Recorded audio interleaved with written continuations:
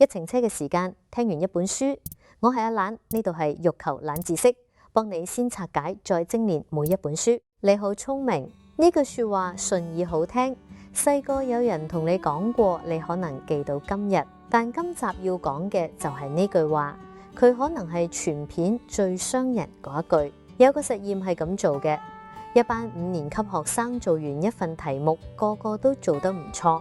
研究員將佢哋分做2組，同第一組講你一定好聰明，同第二組講你一定好用心。分別就只有一句話，但之後發生嘅事差好遠。呢本書叫《心態致勝》，英文 Mindset， 作者係卡羅杜維克 Carol S. Dweck。佢研究咗幾十年一個問題，點解有啲人一遇到難嘅嘢就縮，有啲人越難越想試？佢個答案唔關天賦事，佢話關鍵係你信邊樣能力一開始就定咗，定係靠後天培養出嚟。信定固咗叫固定型思維，相信訓練可以練得到叫成長型思維。講之前記住一個畫面，你手上有一把尺，固定型思維嘅人攞把尺嚟量自己，每做一件事就等於考一次試，合格定唔合格。成長型思維嘅人攞同一把尺嚟量距離，佢睇嘅係自己仲有幾多進步空間。同一把尺2種用法，今集講嘅就係你幾時攞佢出嚟，同埋你點利用把尺。第一章，有人用佢把尺量咗你一次，跟住就標籤你能力高低，就係嗰一下決定咗你之後仲敢唔敢試難嘅嘢。先講翻頭先嗰個實驗，做嗰個心理學家叫牟勒，同杜維克一齊做，1998年發表。2組細路做同一份題目，2組都做得好，分別只係跟住嗰一句話。一組聽到你一定好聰明，另一組聽到你一定好用心。跟住研究員俾佢哋揀下一份題目，一份容易，一份難，但難嗰份學到多啲。俾人讚聰明嗰組，大部分揀咗容易嗰份，因為佢哋啱啱俾人貼咗個標籤聰明，揀難嘅嘢就有機會撕爛個標籤。俾人讚用心嗰組，大部分揀咗難嗰份，因為佢哋拎到嘅唔係標籤，係一個做法。跟住研究員派一份好難嘅題目，難到2組都做得差。讚聰明嗰組跌得好明顯，而且開始話自己唔喜歡呢類題目。讚用心嗰組做得差，之後仲想試，有啲仲要求拎份卷返屋企做。最後仲有一步，研究員叫佢哋寫封信寄去另一間學校，講下自己考幾多分。讚聰明嗰組有唔少人報大咗自己嘅分數，一句話搞到一班10歲細路揀容易嘅跌得快，仲要講大話。杜維克話問題唔喺讚，問題喺讚咩？讚一個人，例如你好聰明，你有天分，即係話俾佢聽你值幾錢，睇你今次做得點。讚一個做法，例如你揀嘅方法好，你試咗3次都冇放棄，即係話俾佢聽呢啲嘢你控制得到。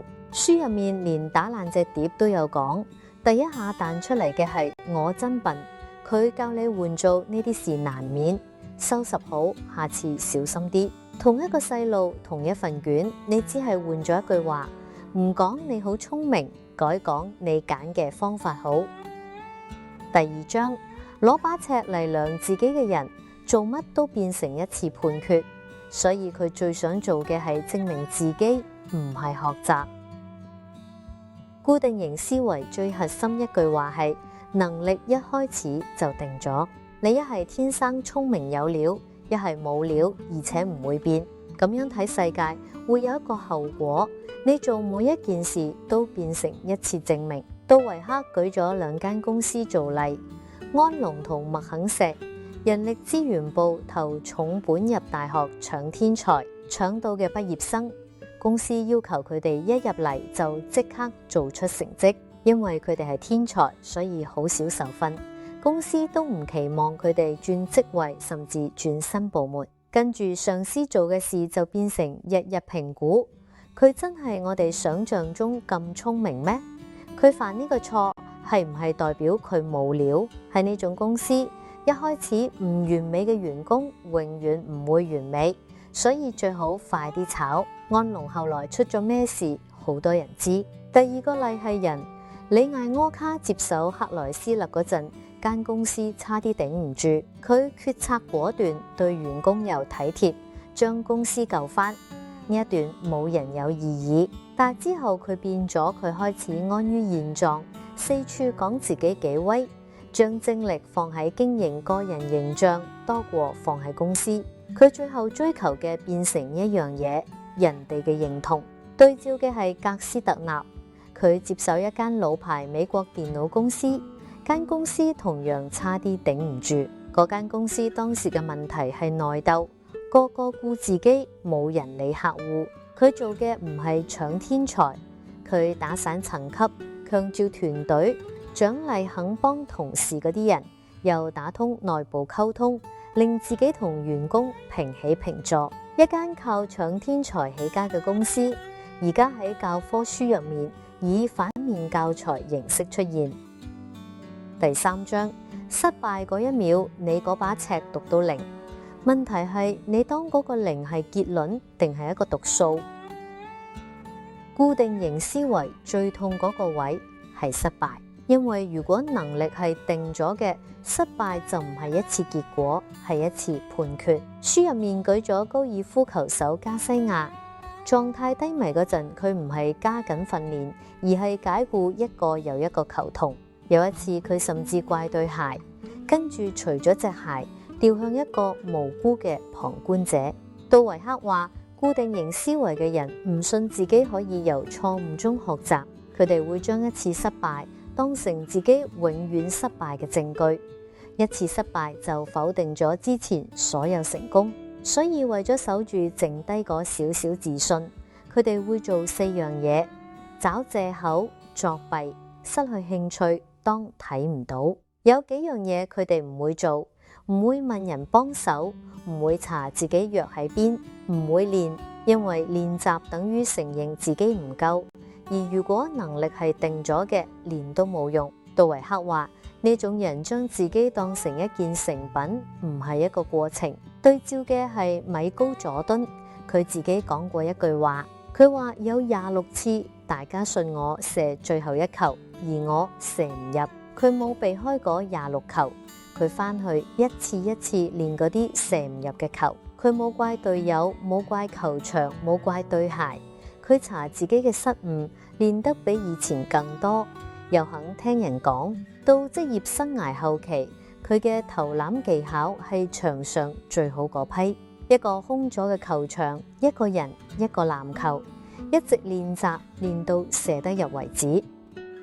第4章，你唔想再俾人量，所以索性唔攞把尺出嚟。你避開嘅唔係失敗，係量度本身。人生好多嘢只有靠努力先做得到。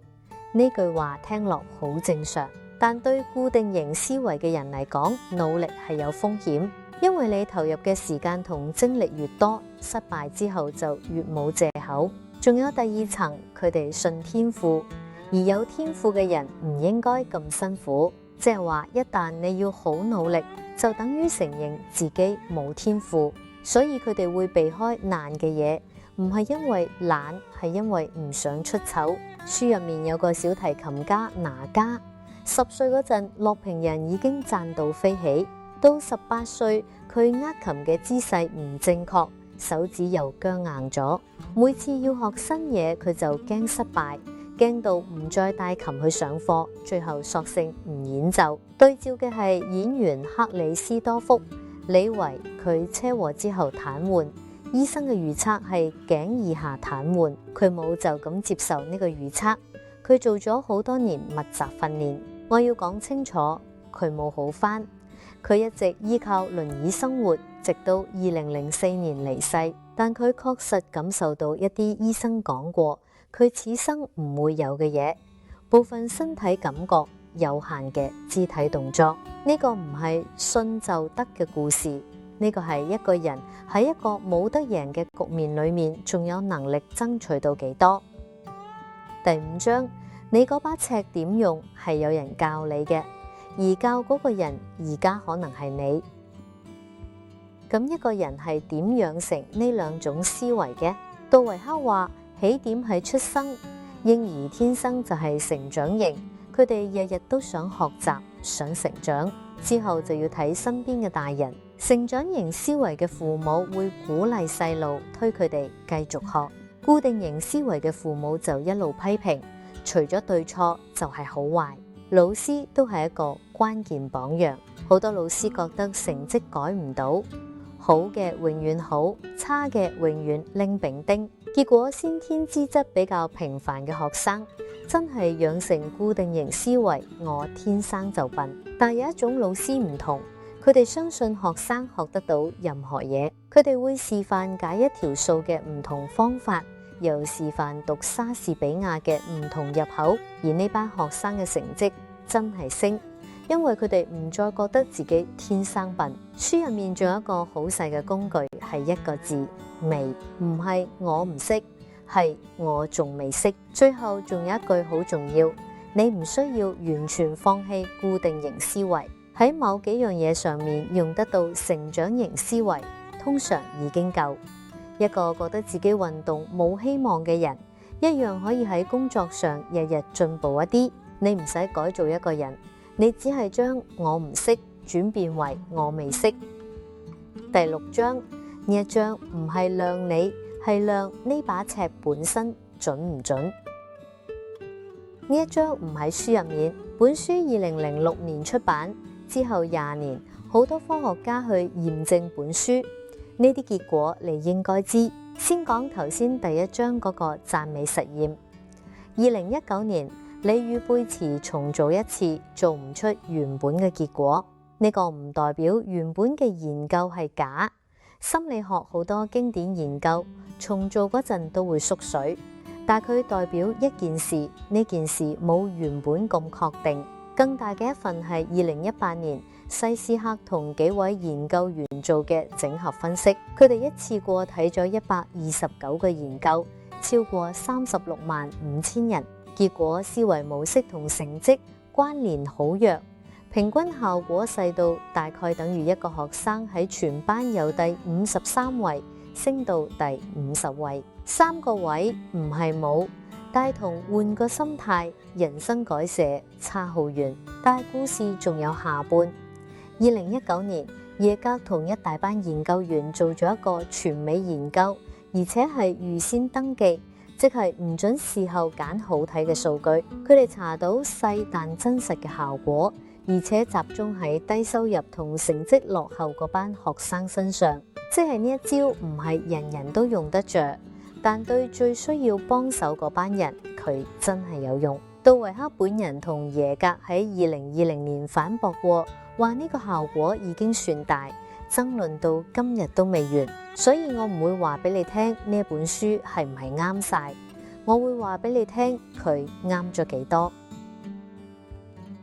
總結，呢本書其實只講一個機制，你信自己嘅能力係一開始就定咗，定係靠後天培養得到？呢個信念唔會考你試，但佢會喺3個時刻決定你嘅反應。有人讚你嗰一刻，你失敗嗰一刻，同埋你面對一件明知好難嘅嘢嗰一刻。杜維克嘅貢獻唔係得一句口號叫人努力，佢做嘅係將一個好虛嘅講法變成2個做得到嘅動作。第一，唔好評一個人聰唔聰明，要評佢用咩方法。第二，唔好問自己得唔得，要問自己仲有幾多進步空間。而本書最得罪人嗰句係，佢話俾你聽，你嘅唔敢試唔係天生嘅，係後來學翻嚟嘅。有人教過你，量度自己就等於審判自己。既然係學翻嚟，咁就代表有得重新學。至於佢冇講中嘅係幅度，20年嚟嘅研究話得好清楚，方向啱，效果細。而對一個一直冇試過嘅人嚟講，細已經係全部。